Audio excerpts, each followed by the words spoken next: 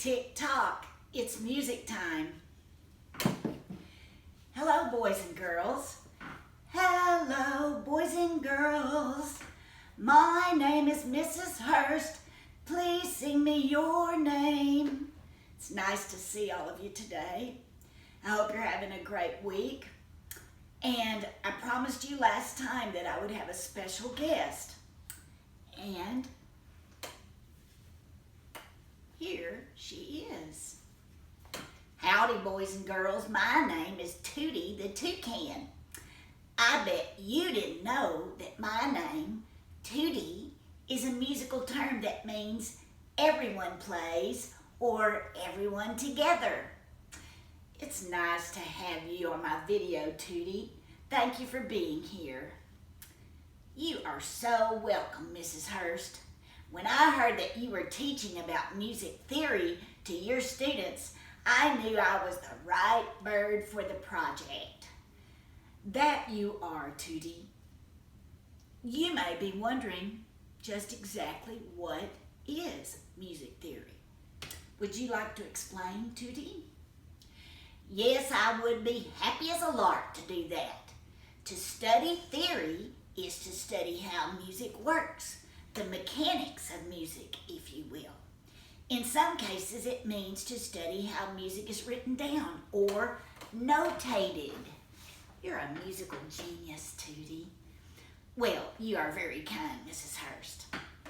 Today, I wanted to talk about how we can know where the note names are on the Treble Clef staff. You mean you wanted to talk about mnemonics? Yes, Tootie, I do. Students, do not be alarmed. We are not talking about pneumonia or any other diseases, as you might have heard a lot about lately. That's right, students. We are talking about a fun and interesting way to remember an order of things. For example, my very excellent mother just served us nachos is a way to remember the order of the planets. That's right, I remember that from elementary school. My Mercury, very Venus, excellent Earth, mother Mars, served Saturn,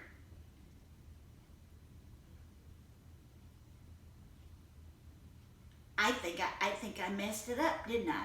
You did. You want to start over? It's my very excellent mother just served us nachos. Okay, well, let me try that again.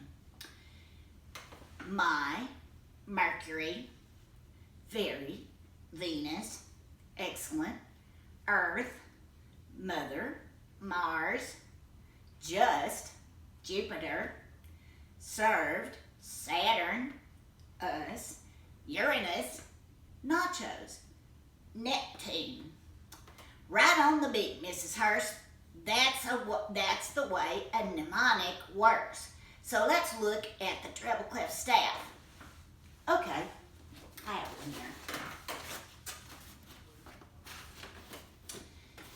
here.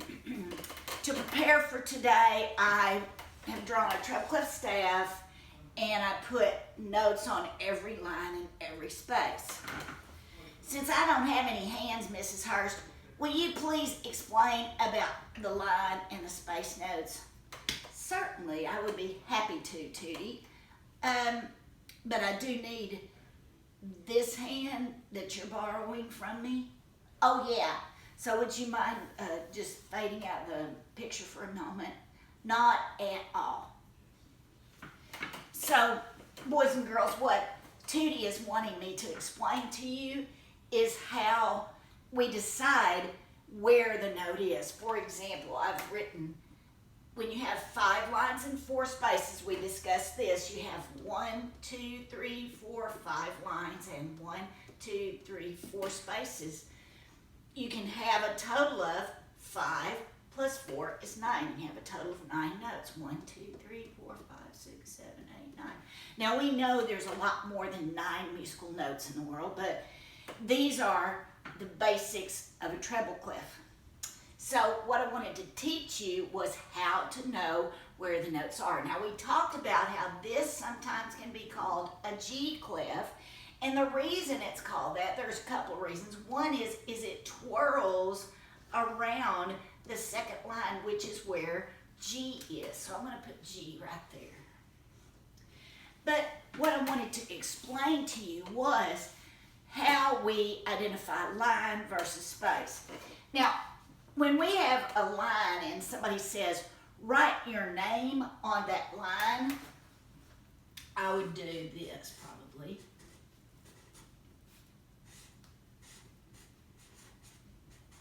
Something like that. Mrs. Hurst. I would actually put my letters above the line. But in music, when we say draw a note on that line, what it means is to cut the note directly in half with the line. So this would be a line note. If we wanted a space note, we would draw it in between the two lines, touching sort of like if a bird were sitting on this line, it would be, sitting here and its little wings. I'm not a great drawer, but like it was sitting there in the space. So the bird would be here, not if it was sitting on the line. You can kind of think of it that way. So the space would be here and the line would be here. So here we have G, and the music alphabet really works in alphabetical order, but it only has 7 letters. The music alphabet has 7 letters, A, B, C, D, E, F, G. The music alphabet has 7 letters, A, B, C, D, E, F, G. So after G, we start over with A again. So this note would be A, this one would be B, this one would be C, D, E, and F. So G, A, B, C, D, E, F. And when you go down on the staff, they go backwards. G, F, E. So basically, starting with the bottom, E, F, G, A, B, C, D, E, F. They go in alphabet order. Now, where the mnemonic comes in is if you look at all the line notes, they are E, G, B, D, F. And as the spaces, you can see spell the word F, A, C, E. They spell the word face. So face equals the spaces. And we've made up mnemonics over the years, many people have, to learn the lines. The one that my teacher always taught me was every good boy does fine. Every good boy does fine. Every good boy does fine. Now, some of my students this past year started saying to me, well, Miss Hurst, maybe it was a couple of years ago, what about the girls? So we made up every girl buys designer fashion. And if you're a girl and you'd rather use every girl buys designer fashion, that works just as good. I like to use every good boy does fine because the word fine rhymes with line, and that's the name of the lines. And face rhymes with space, and that's the name of the spaces. So, what I'd like for you, your assignment for this week, is to make up your own fun mnemonic. Now, you can make up one for the lines and for the spaces if you want to. Maybe you want to say, frogs are croaking eternally.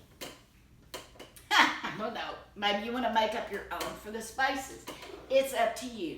But I'd like for you to take what we've learned today about the spaces and the lines and make up your own mnemonic. Yes, boys and girls, make up your own mnemonic. Do not think it has to be platonic. Well, platonic, that's another word. That means friendship. And would you please stay safe, wear your masks, and I hope I see you soon. Yes, Tootie, you have been very helpful today. Thank you very much. You are so welcome. And as we say sometimes in Texas, adios. Adios.